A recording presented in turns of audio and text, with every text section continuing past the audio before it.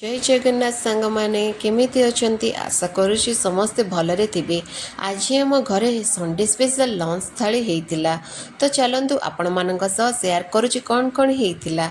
आज आम थाली रे रहिछि गरम भात, मटन कषा, मटन झोलो, कोबी आलू भजा एवं सालाड। सत कहबी सांग माने मटन झोल बास्ना रे ही भोक दुईगुणा होईगला। गरम भात सह मटन झोल आ मटन कषा खाइबार मजा अलग लगिला। कोबी आलू भजा और सालाड सह थालीटा पूरा जमीगला। सांग माने आपण माने कहतु तो मटन खाइबा बेले आपण को कषा अधिक भल लगे ना झोल, कमेंट रे मते निश्चय जणेबे।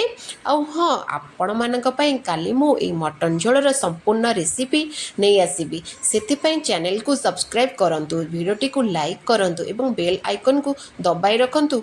ताहले आजि पई एतिकी, धन्यवाद। पुणी काली देखा हेबो मटन झोलर रेसिपी सह। से पर्यंत समस्त भल रुहंतु।